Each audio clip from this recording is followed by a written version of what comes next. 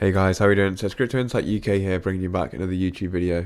First off, I want to say thank you to everyone who's showed me so much support recently. Everyone who's messaged me saying, asking me how I feel, all these sorts of things. For those of you who don't know, I've got C19. I'm feeling pretty rough. You can probably hear it. Just wanted to get a quick YouTube video out for you. I probably won't be that active on TikTok or anything. I might clip a bit of this YouTube together and post that onto TikTok. But yeah, I'm just going to do some TA. There's been so much news. I just want to get through that with you. Actually, one extra bit of news I haven't actually opened as a tab, something I think you should check out is Will Clement, Willy Woo, and Plan B, who are really great on-chain analysts for Bitcoin, have made a YouTube video. It's about 2 hours long, and it's all about on-chain metrics and what they think about this cycle, where they think the top could be. It's very interesting and in depth and technical for those people who want to have a deep understanding of Bitcoin and those sorts of on-chain metrics and look at analysis in that way. Definitely would recommend going to check that out. You can find it easily on YouTube or Twitter by just searching Will Clement, and then it will come up Willy Woo, Will Clement, and Plan B, that is. So let's have a quick look at the Bitcoin chart on the daily. What we can see is that Bitcoin is pushing up, trying to challenge its all-time high today. We have been as high as 66,400. I do think we will break that all-time high, whether that's today, tomorrow, or the next few days. We've broken through all key major resistance levels, so I do think we will definitely get a challenge on that all-time high in the coming days, if not weeks. Nice to see it pumping today, and one of the reasons that could be is something I'm going to talk about a little bit later. But just having a look at TA wise, I haven't done too much TA work. Honestly, I've been just mainly sleeping. We had a bit of a nice push out above this 50-day moving average here on the 4-hourly. We've had 3 or 4 green candles. We are a bit overbought on the RSI, so we could look to consolidate here, maybe come down to one of these retracement levels, or maybe this swing high here. Find some support on that, so that would double up with this. So boom, boom. So this sort of level here, in and around the 64,000 level, maybe for some support before we really push on to the next level.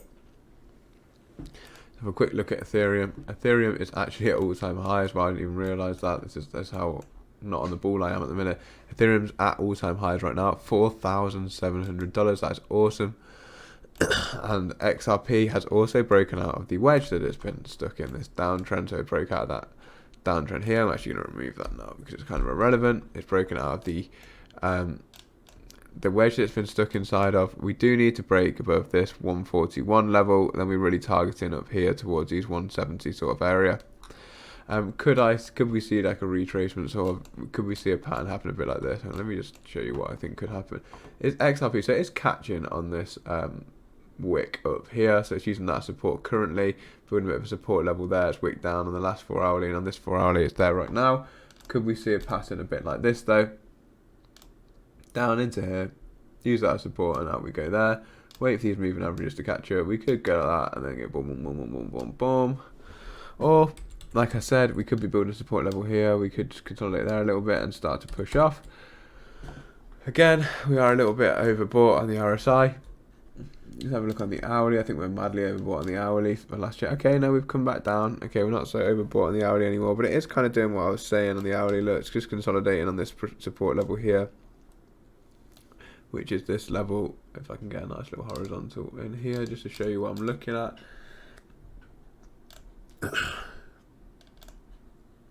So there's that wick up here. Oh, that's actually volume, actually. Lol. That's volume, and this is the wick that I was talking about. There's the main wick. Wicked up twice here, rejected this level here, which is the 125.6, and then came back down, found support on the EMAs, lost that, found support down here at this at the 109, and then pushed up above the EMAs, out of this wedge with a nice green candle, close above there. Let's have a look on the daily, what that daily candle close looked like. So we had a nice, so the candle close yesterday was actually still inside this wedge, so we could see this as being a fake out today. We do need this candle to close nicely outside of this wedge for us to confirm the breakout, and then we would like to see some continuation candles and really could push it towards this 170 mark, like I was saying. So that's what I'll be looking for, to be completely honest, with XRP. And that's it for TA today, really. I did buy a bit of Constellation, like I said the other day. Alliance Block. Constellation's DAG, the other one I was looking at. This is Alliance Block. I bought some of this the other day. The total market cap, wow, it's actually gapped up. I don't know if I've ever seen that before. Okay, well, it gapped up on the hourly. I'm not sure I've ever seen that. As I was saying, that means fresh money is coming to the market. Today we are actually at all-time highs for the total market cap. We're up 2.6% altogether at $2.8 trillion. Wow, I didn't think I'd be saying that at this point, or this soon. Anyway, I'm going to get on to news because I think it's going to be a bit easier for me today to pop some news out for you with the way that my brain's feeling. So just going to read through James Finland Law's tweet, an updated schedule about the XRP, the Ripple SEC lawsuit. Do you know what? There's loads here. So what I'm going to do is, I just sneeze. Excuse me. Excuse me. Sorry, guys. So I think you should go and check out James Finland Law's tweet actually, because there's 4 pages of information here that he's tweeted. Do you know what I'll do is I'll just click through it slowly, so you guys can pause that and read it if you want to. This is the first one. We've got a deadline for the SEC to comply with most aspects of the court.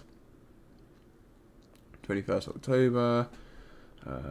Deadline for exchanges of expert rebuttal reports. That's 12th of November. Discovery deadline ends on the 14th of January. I want to see when the judge is going to reply on the in-camera reviews.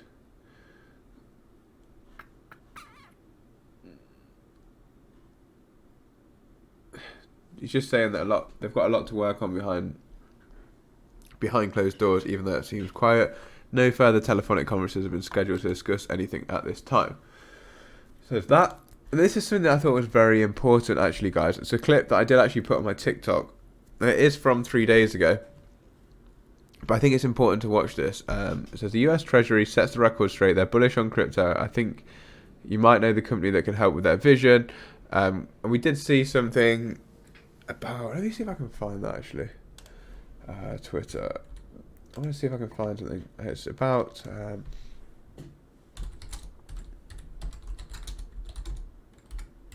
I could definitely find out my DMs, but I don't want to go onto my DMs because I don't think it's fair to show you who's been DMing me and what about. Let's have a look.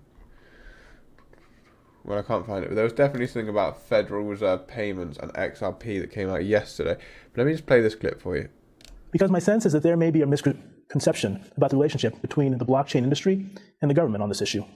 There's a belief, to be frank, that we're at odds. The Treasury conceives as ransomware as a problem with cryptocurrency, and that in order to stop the former, we must severely restrict what happens in this industry. But this is not how we see things. We cannot stress that enough. It is not how we see them at all. Let me explain. The first story is a story of 1 in every 9 people on Earth who are supported by a loved one, often working abroad and sending money back home. Some 250 million plus migrants around the world send an average of $200 to $300 to their families each month. Today, they pay a high price for the privilege. Of that $300 monthly payment to their family, they can expect to lose on average $21, 70%, to those operating the payment systems that get their money from point A to point B. Even for people or companies transacting within wealthy nations, the cost of cross-border payments, while lower than at any point in history, remain high. A payment among G7 nations still incurs about a 2% transaction fee. That presents a challenge because history tells us that when that fee goes down, the pace and volume of commerce will increase. I know many of you entered the world of blockchain technology to solve problems like this one. You see cryptocurrency and related fintech innovation as a way to make the global economy easier to navigate for everyone. And I want to let you know, we share that aspiration. Our Treasury Department is enthusiastic about financial innovation when pursued responsibly and with an eye towards broad opportunity rather than just financial engineering. We hope that technology will help reduce the cost people pay to transact across borders, for example.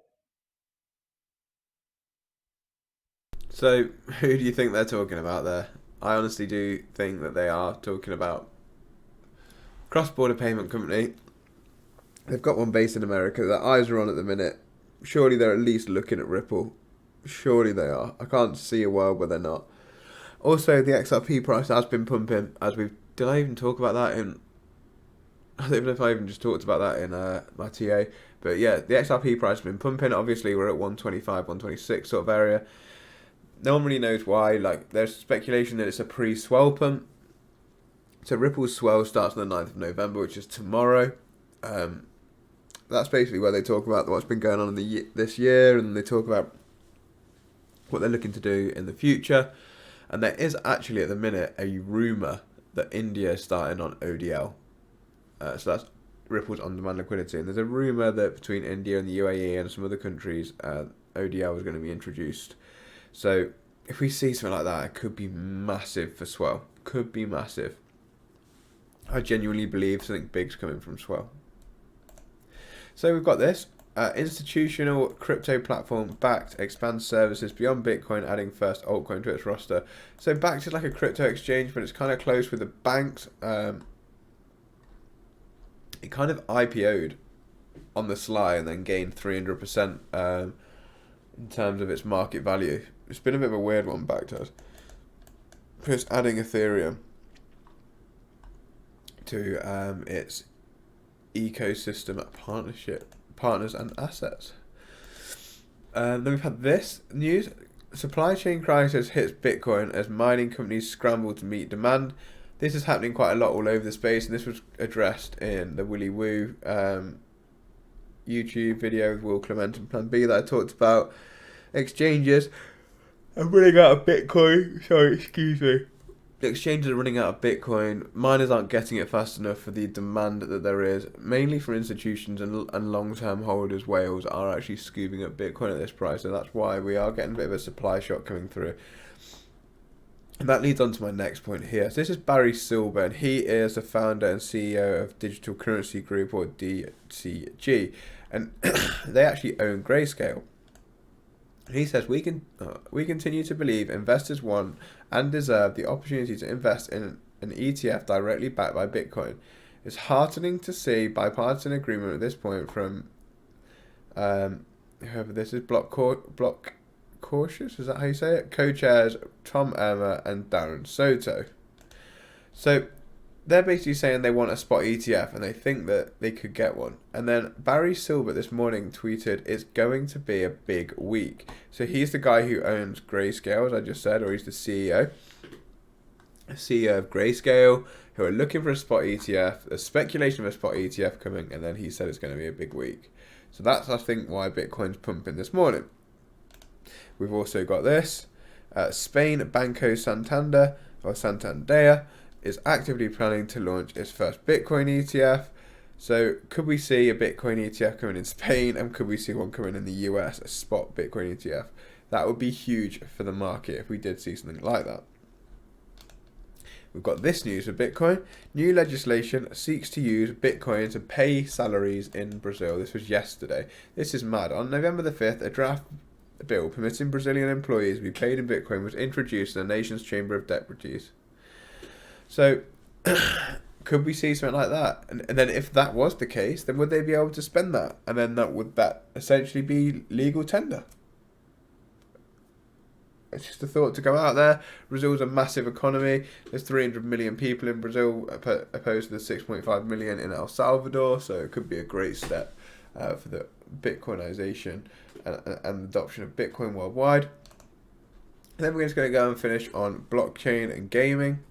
So Solana, Lightspeed and FTX announced $100 million investment in focused blockchain gaming.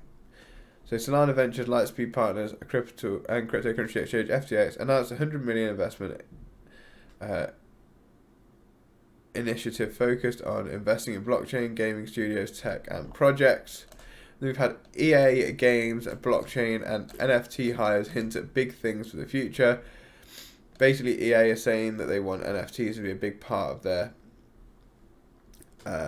brand going forward. They think it's going to be huge for the industry. And then we also have had Engine, who launched a $100 million fund to support metaverse projects. They're all kind of linked together, metaverse, NFTs, and blockchain games. So guys, I'm sorry my enthusiasm was a bit low in this video. I'm actually interviewing Coach JV tomorrow, so if anyone's got any questions for Coach JV, please get them in the comments of this video. I'd love to know what you guys think. Again, as I said, I apologise for my... I'm just not very well, to be completely honest with you. I'm just trying to get the content out for you guys. There's so much news coming out at the minute. I don't want you to miss out on anything. So what we're looking for now, eyes on NFT games, blockchain games, metaverse, Ripple Swell event for the short term, and a Bitcoin ETF, spot ETF coming in the US. So I hope you enjoyed the video, guys. Please drop me a like, drop me a comment, and hit the subscribe button if you don't already. I know about 70% of people that watch my videos aren't even subscribed. So I see you. I can see my analytics. So just drop me a sub if you enjoyed the video and you want to keep up with the latest news. Peace up, A-Town down, as Usher would say.